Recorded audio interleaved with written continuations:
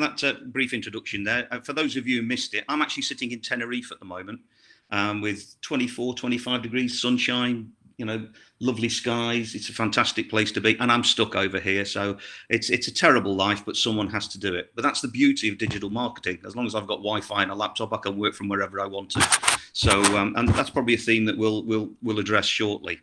Okay, so what's this session really about? Well, what I've done for the last 2 or 3 years is I've normally come and, as we've just said, I normally stand in front of the classroom and I sort of give you some ideas of things that you should be considering for your future. So this isn't a specific digital marketing presentation at all. This is more about your life and your way going forward and how you probably want to think about things slightly differently. And it doesn't really matter whether you're looking for a job, whether you're looking for an apprenticeship, whether you're going on to university. This is all about planning. And it's about planning your life. And a lot of it is to do with life skills that you can apply to anything that you want to do moving forward. And I put a business perspective on a lot of this because it's a lot of the elements of what I would like to see you guys do if you were coming to me for a job, if you were going on a university course, how you would actually present yourself and put yourself in the best position to succeed. Now, I'll start off by saying, believe it or not, once upon a time, I was your age. And when I was your age, I knew it all. I was that guy. Nobody could teach me anything. I knew it all. I wasn't listening. I did an apprenticeship and it didn't matter because I was great and I knew what I was doing. And as people will tell you, as the older you get, I wish I knew then what I know now, because you've got to actually appreciate that life is all part of learning. And the older you get, the more you learn. And then you suddenly think, I wish I knew that 2 or 3 years ago. And particularly now, COVID has changed the world. We all know that, right? We're all having to move and adapt. So, and that means that life learning never ends because I've had to learn and adapt over the last 12 months in particular, in terms of what I do and how I work my business. So life learning keeps going. And what I always say to people is we all have 2 ears and we all have 1 mouth. And my biggest problem when I was your age is I used to use my 1 mouth far too much and didn't use my 2 ears anywhere near enough. So you should be listening at least twice as much as you're speaking. And the more you listen, the more you'll learn. And if you listen and learn, you will keep learning. And the more you keep learning, your life skills will improve. So just as a brief introduction to me, I'm just talking about how I've had to change. I normally stand on a stage at very, very big conferences and events and exhibitions, and I talk about anything to do with digital marketing. Whether that's websites or video marketing or social media, it doesn't matter. I talk on all of those elements, all right? And some people think I'm pretty good and they actually come along and listen to me. And I do that all the time. So, of course, roughly this time last year, my whole speaking way of working came to a grinding halt because obviously I couldn't stand in a room full of people. It just didn't happen. So we all had to adapt and start moving to events like this, online webinars or just online meetings, etc. So I've had to change. And what we talk about is sort of adapting, evolving, learning. And there's a famous boxer called Mike Tyson. Some of you may have heard of him. Mike Tyson was once asked about moving forward and actually sort of adapting and evolving the older he got and the different opponents that he got. And he said, everybody has a plan until you get a punch in the mouth, which for a boxer is obviously an occupational hazard. But he said, it's not the punch in the mouth, it's being able to stand up and say, what do I need to do better in the next round? So if you take that analogy, we all know we're going to have hurdles put in front of us. COVID is a massive hurdle, right? Not being able to meet people is a massive hurdle, but it's how you can move forward and move into the next round of your development so that you can prosper and move on. And your plans will change, okay? You are going to be presented with lots of different opportunities, and those opportunities are going to take you in lots of different ways. Right? So from my point of view, what you've got to say is, how do you need to adapt? How can you see that opportunity? Right? Can you identify an opportunity when it presents itself to you? Are you ready to embrace opportunity, or are you waiting for things to happen? And there's 2 things you can do. You can either be proactive or you can be reactive. And of course, reactive basically means you're waiting for things to happen to you, and then you're jumping and trying to respond at the last minute. Whereas in proactive response, you're actually saying, I'm going to put some planning into this, so when an opportunity comes along that I want to grab, I'm more than ready and positioned to be able to do that. So I've said there is no such thing as a stupid question. I'm hopefully going to raise a lot of points for you guys today. My key goal in any presentation that I do is that at least one thing that I say today will resonate with you guys, and you'll be able to take it away and you say, I've learned something from that presentation. And if I do that, that's fantastic. But I don't want to leave you thinking, what about this? Or how do I do that? Or when can I do this? There is no such thing as a stupid question, because I'll guarantee whatever you're thinking, other people will be thinking the same and maybe too shy or timid to be able to say, I want to ask that question. So as I've said, you can either ask the questions in the session when I come to the end, you can call me, you can send me an email, you can send them through the, sort of the moderators, etc. It doesn't matter what it is. If you've got a question, ask the question. I will be delighted to help you guys move forward. We talk about opportunities, and I'll use a lot of quotes from very, very famous people. Thomas Edison, obviously the guy who invented the light bulb, and lots of other things. Opportunities is missed by most people because it's dressed up in overalls and looks like work. Well, sadly, we can't all be on Love Island and have 15 minutes of fame and suddenly have millions of pounds in the bank. We can't all get that instant Instagrammer fame. We can't all be that super YouTuber fame with 1 million people following us on YouTube. It doesn't happen overnight. People have to work at this. 99% of people have got to put the effort in. And the first thing I will say to you guys is, if you're expecting an easy ride and you're expecting success in your life to come to you, you will probably be disappointed. You've got to actually put that effort in and position yourself, as I say, to see the opportunities and actually identify them so that you can move forward. And of course, COVID has changed everything. Charles Darwin, the guy who wrote The Origin of the Man, it's not the strongest of the species that survives, nor the most intelligent. It's the one that is the most adaptable to change. And what he was basically saying is we all have to evolve. We all have to move with the times. And I'll give you a perfect example. Most guys, I'll guarantee everyone in this session today will have heard of Netflix. They're the 4th largest and fastest growing company in the world. But before Netflix, there used to be a company called Blockbuster. And for those of you who've never heard of them, Blockbuster used to rent VHS videotapes from shops in the high street. So you would go into the high street, you would go into their shop, you would choose the video that you wanted, you would rent that video, you would take it home, you would watch it on your VHS video recorder. Then when you've watched it the following day, you would go back to the shop, you would take it back, and you would get your deposit money back for bringing the video back in good condition. Fantastic. Made a fortune. It was of its time. Netflix went to Blockbuster and said, we've got a great idea. We want to stream these videos and these films over the internet, so people don't have to come into the town centre, don't have to come into your shops. And Blockbuster said, thanks very much, not interested, goodbye. Netflix, as I said, is now the fourth largest and fastest growing company in the world. Blockbuster doesn't exist anymore. They didn't adapt with the changing times. They didn't look to the future. Now, I know that's a very, very big business move going forward, but at the end of the day, there are so many. We look at the high street retail at the moment. Debenhams, etc. Woolworths has gone. There's so many retail shops that will not open once COVID has resolved itself and we go back to whatever that new normal might be. The retail market will change. But what people have actually got to appreciate, as much as most retail shopping has moved on to the big giants like Amazon and ASOS, etc., people still want to meet people.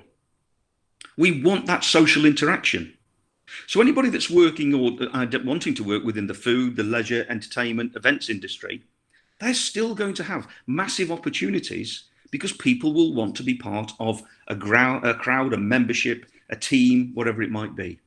And we all have to identify that certain roles and job placements are going to involve remote working. University courses are going to probably revolve around more remote access to courses.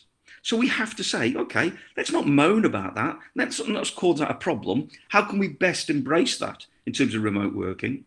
How can we actually address it so that when we're working remotely, we are working? We're not sitting watching Netflix in the background. We're not playing on our phone. We're not spending hours wasted on Facebook and Instagram and WhatsApp and whatever else is coming along. Right? We're actually working. So you've got to get yourself into that mindset of saying you need to evolve. If remote working is where you're going to be, you need to evolve yourself to have that logistical mindset that says, I am now going to put in as much as I possibly can to work hard and not get distracted.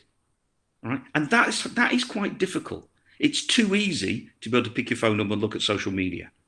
Right? So again, it's all about changing your mindset. And then we look at CV. Now, when we're talking about a CV, and I'm talking about obviously a CV that somebody's applying for a job or an apprenticeship, but it could easily just as apply for university courses or college courses or whatever you might want to do. When you've got to put yourself potentially on paper in front of somebody that they haven't met you, and the first thing a business wants to know is if they're actually putting a job advert out there, that person that is going to get that job, what problem are they going to solve for that business? Is it just another body that they need? Is it somebody that they actually need to do a particular job? What does it happen to do? So you've got to position yourself as the solution to the problem, or the right person to be on that course. So for instance, a lot of people produce a CV, and we'll talk about the CVs very shortly.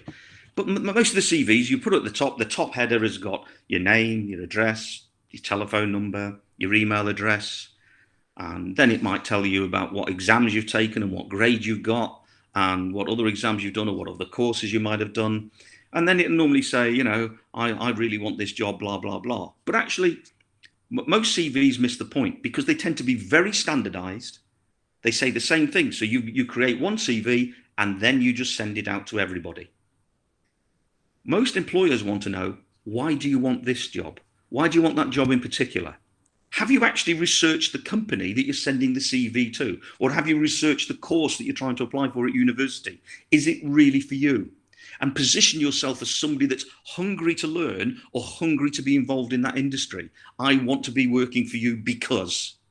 And if you do that, and you bespoke your CV or application specifically to the thing that you're applying for, you are raising your chances of success massively. Because still, 99% of people throwing CVs out there send out a standardized CV that says the same to everybody, and perhaps it doesn't even mention the company or the role or the course that you're applying for. So actually think about, read what the application says. What are they looking for? How can you meet what they're looking for? And I'll give you a good example.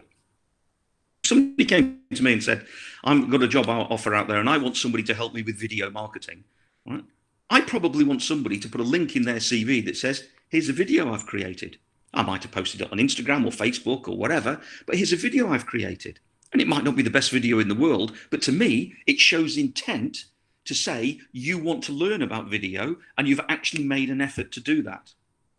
And if I've got a CV for a video marketing job and it doesn't mention video anywhere in it, that person won't even get a phone call, certainly won't be invited for any form of interview. It's just not going to happen. So tailor your approach to the specific application. And as I say, in terms of your CV or your application, can you demonstrate how creative or talented you are? But more importantly, are you eager to learn? All right. So being honest and saying, I really don't know a great deal about video marketing, but it's an area of expertise I really want to get into and I want to learn. And this is a video I've produced, and I know it's not the best, but I really want to learn on this. I'm more concerned with somebody who's got that desire to learn than what their qualifications are. And then you've got to stand out from the crowd, okay? I don't want to see any form of CVs or applications that are all about the me. How great am I? I'm not interested in that.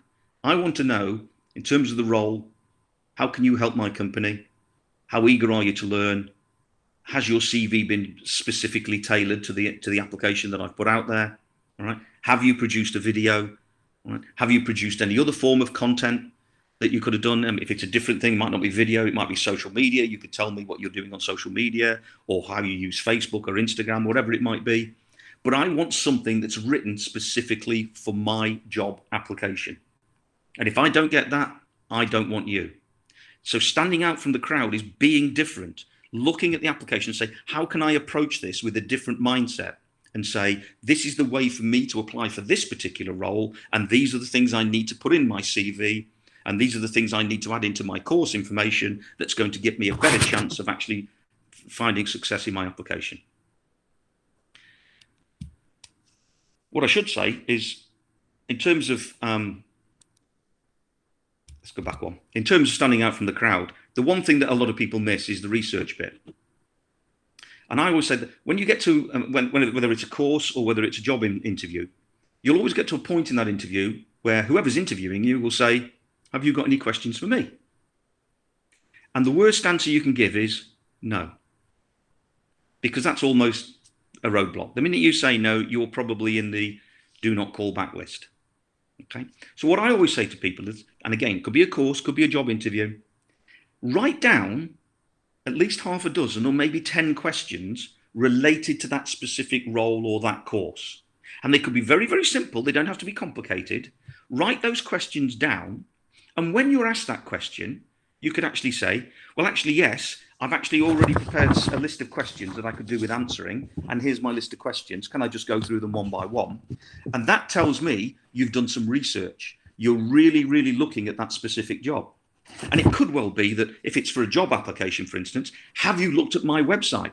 So one of your questions could be, I've looked at your website and I've seen this. Could you just explain that a little bit more to me? Right? Or I've actually looked at your social media and I see that you do an awful lot on Facebook. Can I ask why you don't do an awful lot on YouTube? All right. Or it could well be that on this course here, that it's a mixture of classroom and remote working. What's the percentage of remote working to class attendance, assuming that we can attend classes? So they don't have to be complicated questions, but asking those questions will stand out from the crowd. Now, here's another tip for you. One of the most underused social media channels for you guys at the moment will be LinkedIn.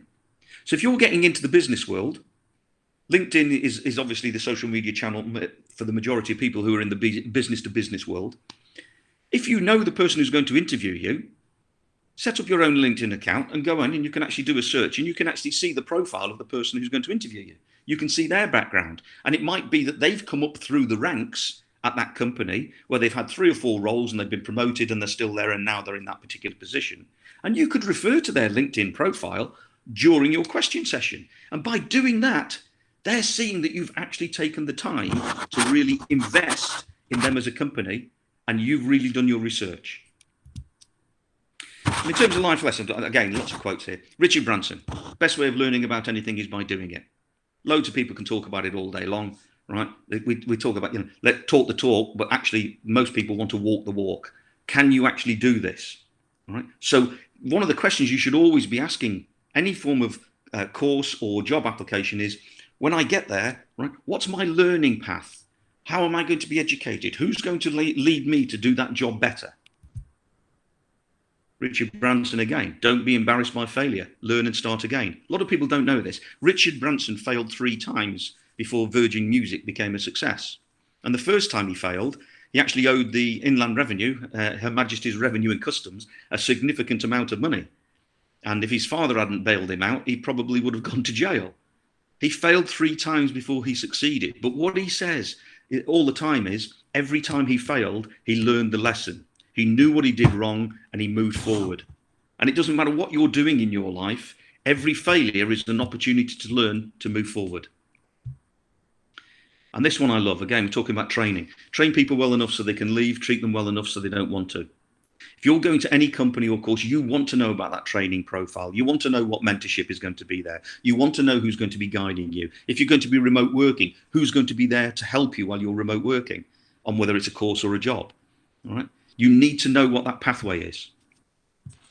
Albert Einstein, fantastic guy. I think he obviously has got his COVID haircut in that picture there. But he's famous for saying the man who never made a mistake never made anything. If you make a mistake, admit to it. Own up and say, yeah, okay, all right, okay, I wasn't good enough in this course. I could have got a better grade, right? And if I had my time over again, I would improve that grade over. But I know what I've done wrong and I've learned my lessons, so I know I could do it better in the future. Because his other definition of insanity, absolutely brilliant, doing the same thing over and over again and expecting different results. We could read that for sending out the same CV. You're sending out a standard CV, and I see it all the time. There was one, in fact, I saw one yesterday. Some guy had sent out 3,000 CVs to 3,000 different companies, and he's complaining on social media that he wasn't invited for one job interview. But he sent the same CV to all 3,000 companies, and he can't understand why nobody was interested in talking to him. We don't want that standard pat. It doesn't work. And if he's sending out 3,000, you've got to think, after he sent out the first 50, don't you think he should have took a step back and gone, actually, this is insanity. I need to actually be doing something different. But he didn't. He kept ploughing through and making the same mistakes.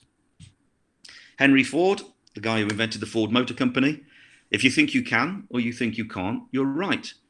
Very profound statement. And that's all about positive thinking. Mindfulness which is very key at the moment because obviously there's lots of mental health issues with people in lockdown, etc. And you'll hear about the phrase mindfulness, and particularly your psychology guys. I'm pretty certain you'll have done something on mindfulness in one of your courses. But mindfulness and positive thinking are absolutely huge and very, very understated. And a lot of people don't really grasp it, but it's all about positive thinking. And as Henry Ford says, if you think you can, you're right. Right? If you can do something and you put your mind to it, go out and learn how to do it. Make sure you can do it. But if you sit there saying, I can't do this, guess what? You're still right. Because if you're telling everybody you can't do it, you're going to succeed in not being able to do it. That positive thinking, it's got to move forward. And in terms of the positive side of things, what I would always say is the brain takes about 18 years to grow. It takes a lifetime to mature. My brain's still maturing, and obviously it needs to. But positivity is infectious. And you've got to keep that brain activity going. And the better way of keeping your brain healthy and positive is by thinking positive. And here's a simple trick for you. And this works everywhere, doesn't matter where you are. If you smile at somebody, they'll smile back. They can't help themselves. It's a natural bodily human reaction. So smiling is actually spreading the love. You know, people will smile back at you. You're passing on positivity. Let's bring that down to another thing. Let's say we've applied for a job or we've applied for a university course. Let's start visualizing. You might have sent off a CV, you might have sent an email, or you might have sent it in the post, doesn't matter. You've sent a CV out there. So actually think about, put your mindset when you get that envelope back. So it's addressed to you, it comes through the letterbox, and you open it up, and you've got that envelope. Visualize receiving that envelope or receiving that email. Visualize opening it. Visualize the statement that says, congratulations, we're delighted to offer you a place on the course. Visualize the statement saying, congratulations, we'd like to offer you a job at our particular company. Actually visualize yourself working in that company. If you do that, you're putting yourself in a positive frame of mind for any part of that application that you put in play. And believe it or not, it works. I know it sounds, to a lot of people, they'll just think it's a bit of hokum. It really isn't. Positivity will spread positivity, and it puts you in a better position. Abraham Lincoln, amongst the many fantastic quotes he used to give, he said, you can be as happy as you make your mind up to be. Right? And I always say to people, if you act happy, you are happy. Try and look at the positive in everything. Right? Don't be negative. Negativity is stress and worry. And at the end of the day, the last year, we've all got stress and worry. There's a famous French philosopher called Michel de Montaigne, I think his name was. He said, my life has been filled with terrible misfortune, most of which never happened. Which translated to today basically meant he worried himself to death over nothing. Right? So if there's something that's causing you stress or worry, try to look at the positive aspects of saying, right, okay, what do I need to do to alleviate that stress? What can I do positively to actually improve my mindset so I'm not being stressed anymore? Who can help me, if I'm positive, to make it happen? And if you view the positive, think about what more you could do. Could I do things better, differently? Could I do things more relevant? Could I move myself from a negative mindset to a positive mindset? Share the love. Here's a lovely little tip for you. And again, it doesn't matter whether it's a job application or a course that you're applying for. Once you put your application in, and you might have had an interview or whatever, how about saying, thank you for the opportunity to apply for this course. Thank you for the opportunity to apply for this job. And if they actually invite you for an interview, thank you for the interview invitation. And once you've had the interview, thank you for allowing me your time to have that interview. Because once again, 99% of people won't do that. And a simple thank you, whether it's on an email or face-to-face, if that can happen, doesn't matter. Those two words are massively powerful. They're very positive, and people will appreciate when somebody says thank you to them. And it comes back to that standing out from the crowd. The more you say thank you in those positions, the better positioned you're going to be to get a positive response. So let's look at the future. You've all got Google, that mega beast. I mean, I wish I'd got Google. I didn't have Google in my day, and I'm only 21, as I mentioned. But I didn't have Google. I couldn't just tap on a keyboard and go and get research. I really had to go down to libraries or college libraries or university libraries. I had to sit with book after book after book, researching. And it was bloody hard work. But at the end of the day, you've got a lot of things at your fingertips that you don't really utilize and you could utilize. So start thinking about, for your future and planning for your future, whatever that road might be, how you can actually use the tools that are at your fingertips to move forward. And this is all part of you playing your part. Are you being proactive, planning, preparing, researching, being ready, being able to see opportunities? All right. And I always say to people, you need to choose, the when attitude. So a lot of people say, well, if this happens, then. If that happens, then. If this other thing happens, then. Change if to when. When I get invited for an interview, then I'll be ready with this. When I get invited to that course, I'm going to be ready with that. That changing the word from if to when is a very, very positive mindset shift. And you can do that, and part of the research and planning will help you do that. And as I do every morning, and I do this myself, I'm not talking to you guys, I walk the walk. Every morning, there's two things you can do. You can either get up and rise and shine, or you can get up and rise and whine. And if you want to whine about how difficult the world is, and we're in lockdown, and everything's negative, and it's raining outside, I've got loads to do, and I don't want to work remotely, blah blah blah. You get into that negative mindset, you are going to attract negativity. If you get up and rise and shine, you'll be amazed how much positivity comes your way. And what I always say to everybody, you guys are looking to the future. Whatever that might be, and whatever the roadmap and plan that might be for you guys, it is your future. And your future starts with your first step, not anybody else's. You have to take the first step. Take ownership, be positive, think positively, plan, prepare, see those opportunities, and be successful. Thank you very much for listening. Ta-da. Questions and answers. Thanks, John. I can see you've got one already from Azari. Yeah, I'm just going to have a look now. Yeah, that's fine. I'll let you catch up with that. So, guys, pop any questions in for John. Anything Are your words inspired by the law of attraction? Oh, that's a great one. Yeah. The law of attraction is effectively positivity. Law of attraction basically says the more positive you are, the more positive things will happen to you. And the law of attraction is sort of the older form of what everybody now calls mindfulness. It's about putting yourself in that positivity element to say, I'm going to attract positivity into my life. I don't want negativity into my life. So definitely, law of attraction does work. I mean, the science behind it today with mindfulness and positivity is certainly a lot better than it was when the law of attraction was first mentioned, probably about 80, 90 years ago. But it is absolutely, the whole thing about law of attraction is put out positivity, you'll get positivity back. Couldn't agree more. Yes, it is. What's that one? Have I read The Secret? I have read The Secret, but I'll tell you what the problem with The Secret is. The Secret basically tells you that if you're thinking positive, all you've got to do is sit back, have a nice glass of whatever you want to drink, put the TV on, put your feet up. And if I just think positive, everything positive is going to come to me and I'm going to be rich. Sorry, that doesn't work. All right. You've basically got to take perfect inspired action. You've got to take action. You've got to go out there and make it happen. You've got to have a plan. As Thomas Edison said, opportunity is often dressed up looking like work. As more that you can be as positive as you like, and you will attract positivity, but you still have to work at it. You really cannot just sit back and let it happen, guys. The people who sit back and let it happen will see everybody else overtake them. Do I believe in manifesting? Ooh, that's a good question. Do I believe in manifest? I have to say, I really don't know the answer to that. I'm probably sitting on the fence, which is not a place I really want to be. But I honestly do believe in my life. I've had a lot of negativity in my life, through health issues, through family issues, etc. And I always try to see the positivity of everything. And I'll give you an example, and it's a bit negative at the minute. It's a bit sad, but I had a death in the family, which was very, very close to me. And what I said was, there's two ways I can go to this funeral, which was terrible.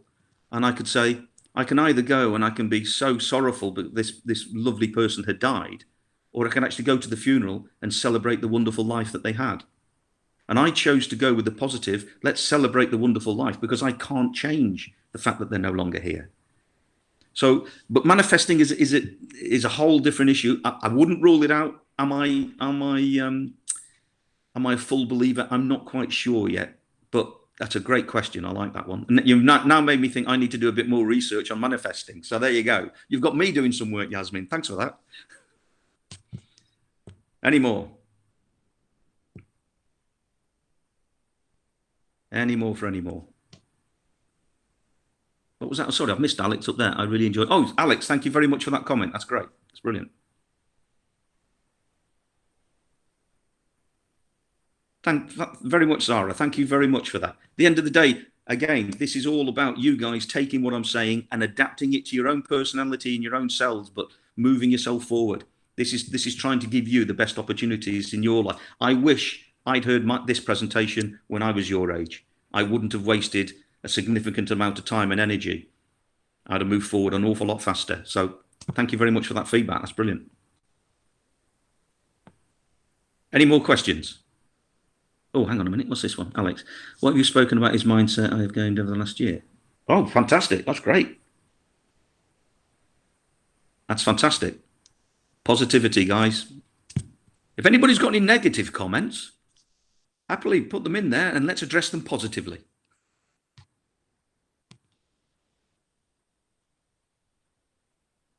Any more?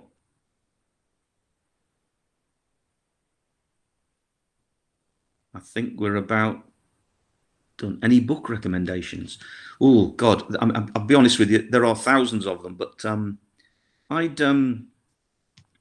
tell you one place I would start is go onto Google and search Richard Branson quotes, because I think there's about 70 of them, and every one of them are all about positivity in business. You don't have to buy a book for that. They're all available there. I think if you also search mindfulness, there's an awful lot of information on the internet about mindfulness. Please don't go buying mindfulness courses, because a lot of these are, you know, the snake oil salesmen that want you to buy a course for 6 weeks at £1 million or whatever it might be. And most of them are rubbish. And then they'll try and sell a book on the back of it. But you'll get an awful lot of information on there. I don't particularly recommend any books. I just think that a lot of it is actually common sense. Once you get that positivity mindset, you can almost bring yourself to move forward with it, and Google will give you the direction. And if you find a book on Google that you think would help you, then by all means, get that book, read it. Maybe go down to a library if you can and go and look at the mindfulness and positive thinking sections and see what's there. But I haven't got any I could specifically recommend today, but that's a good question. If I do, I'll certainly share it. I might write one now you've said that, actually. No problem at all. No problem at all. Thanks, John. Guys, are there any more questions? I think that's been a real change as well compared to some of the tutorials we're delivering. It's nice for the students to have a new face, kind of reiterating the things that we do try and talk about all the time, you know, keeping positive, but also trying to, like you say, what you put in is what you're going to get out of it, isn't it? And Absolutely. Finding what's kind of directly linked to your route.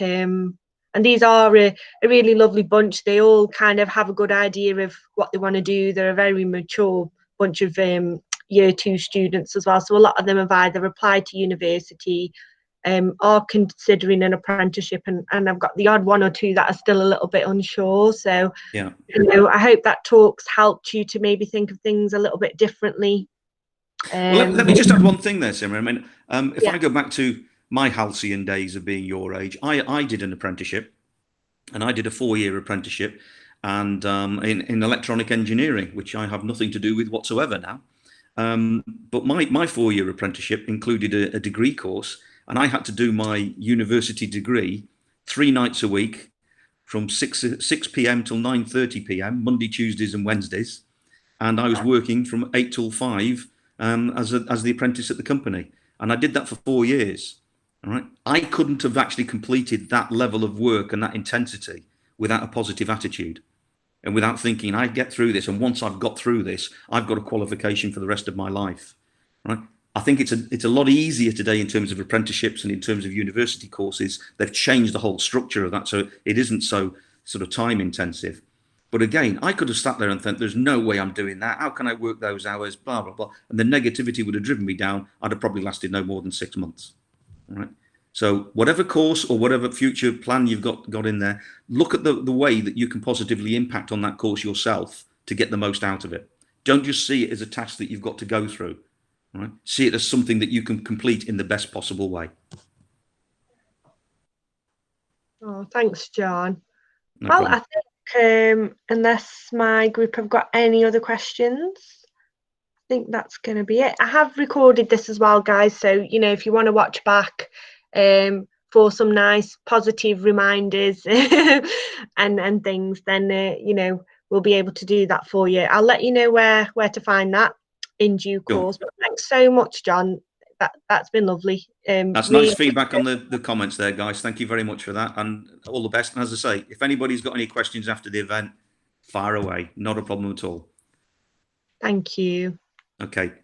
Cheers, Simran. I shall speak to you all very soon, I hope. Yeah, take care, John. Thanks for Okay. your time. No problem. Cheers now. Cheers. Bye.